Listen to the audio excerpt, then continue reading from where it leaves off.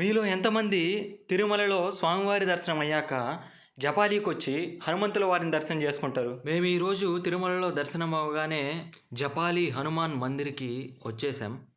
ఇక్కడ చూడొచ్చు, ఇదే మనకి మెయిన్ ఎంట్రన్స్. ఇక్కడి నుంచి ఒక 1 కిలోమీటర్ కానీ లోపలికి నడిచామంటే లోపల ఒక అద్భుతమైన ప్లేస్ ఉంటుంది.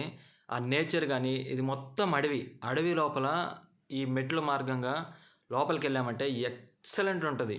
మీకు నడిచేటప్పుడే ఆ వైబ్ అంతా తెలుస్తూ ఉంటుంది. చల్లగా, చాలా కూల్గా, ఎంత ప్రశాంతంగా ఉంటుందంటే అది మాటల్లో చెప్పేది కాదు. మీరు ఖచ్చితంగా తిరుమలకు వెళ్ళిన ప్రతి ఒక్కరూ జపాలి క్షేత్రాన్ని దర్శించండి.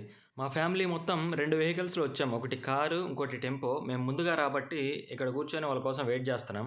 వాళ్ళు వచ్చేసారు. ఇంకా వాళ్ళతో జాయిన్ అయ్యి మనం జర్నీ స్టార్ట్ చేద్దాం పదండి. రాగానే ఇక్కడ ఒక్కటే షాప్ ఉంటుంది. అక్కడ అన్న దగ్గర బొరుగుల మిక్చరు, మామిడికాయలు, కీరా ఇవన్నీ ఉంటాయి. మజ్జిగ తీసుకున్నాము. 10 రూపీసే గ్లాసు. మజ్జిగ బాగానే ఉన్నాయి, చాలా బాగున్నాయి. అన్న దగ్గర బొరుగుల మిక్చర్ కూడా ట్రై చేసాము, అవి కూడా చాలా బాగున్నాయి. ఇది ఒక్కటే ఉంది ఇక్కడ. లోపలికి వెళ్తే ఇంకా ఇలాంటి షాప్ ఏం లేదు. అక్కడ గుడి దగ్గర కూల్ డ్రింక్స్ అవి ఇవి ఉంటాయి. ఆ తర్వాత నడుచుకుంటూ ముందుకు వస్తే ఇక్కడ చూడండి, నేను ఇప్పటికి చాలాసార్లు వచ్చాను ఇక్కడికి.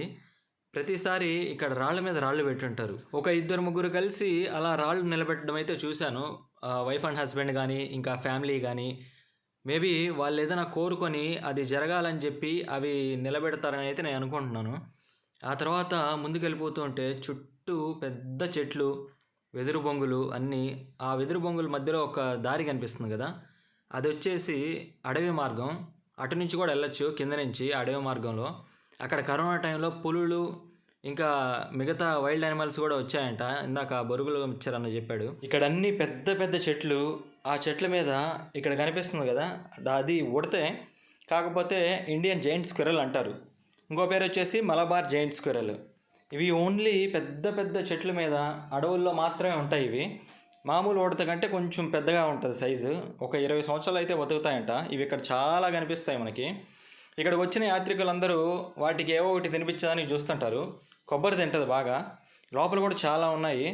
నేను కూడా పెట్టేదానికి ట్రై చేశా. ఈసారి పెద్దగా తినలేదు, అల్లాడిపోయా తినిపించేదానికి.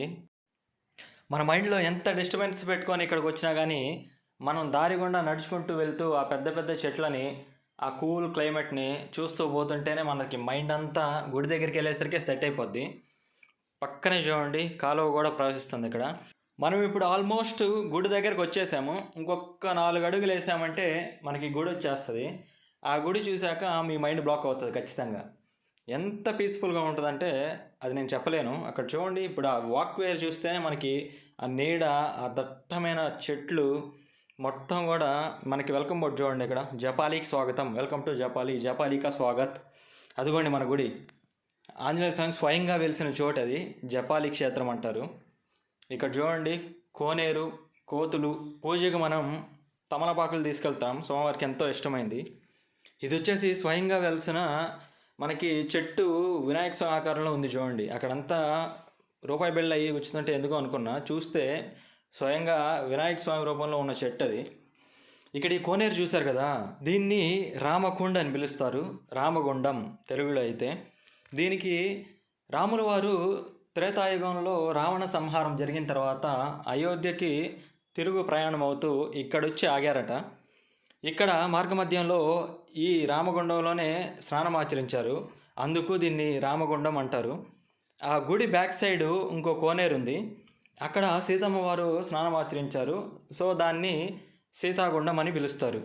ఇక్కడ చూడండి, ఇది టెంకాయలు కొట్టే ప్లేస్. శివలింగం షేప్లో భలే ఉంది కదా. ఇక మనం దర్శనానికి వెళ్ళాలి. వెళ్ళేసి వచ్చాక మిగిలిన స్టోరీ చెప్తా. ఇక్కడ చూడండి, మా వాళ్ళంతా రెడీగా ఉన్నారు, ఎప్పుడెప్పుడు వెళ్దామా. ఇక్కడ మనకి దర్శనానికి పెద్ద టైం ఏం పట్టదు, జస్ట్ 5 to 10 మినిట్సే. ఒక 30-40 మంది ఉండొచ్చు లోపల క్యూలో, అంతే. మనకి దర్శనం చాలా బాగా జరిగింది. ఈ చేతికి కట్టుకునే దారాలు లోపల తీసుకున్నాము. అక్కడ చూడండి, అమ్మ నాకు చేతికి దారం కడుతుంది. నా చేతికి దారం వచ్చి చాలా రోజులైంది. అమ్మ తీసుకొచ్చి ఒకటి కడుతుంది నాకు. ఇది ఉంటుంది ఇంకా. ఇంతలో ఒక అతను వచ్చి ఫోన్ ఇచ్చి కొన్ని ఫోటోలు తీ బ్రో అంటే వాళ్ళకి ఫోటోలు తీశాను. ఇక్కడ చూడండి, కోతికి, ఆ ఉడతకి ఫుడ్ పెట్టడానికి చాలా ట్రై చేసాము. ఇక్కడ దారంతా కోతులే, మనకి కోతులే కోతులు. ఎన్ని కోతులు అంటే అన్ని కోతులు ఉంటాయి.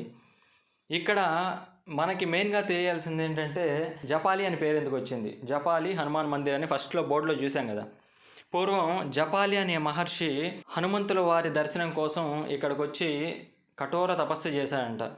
చేస్తే ఆయన తపస్సుకు మెచ్చి మన ఆంజనేయ స్వామి ప్రత్యక్షమయ్యి స్వయంభుగా ఇక్కడ వెలిసి ఆయన కోరిక అయితే తీర్చారు.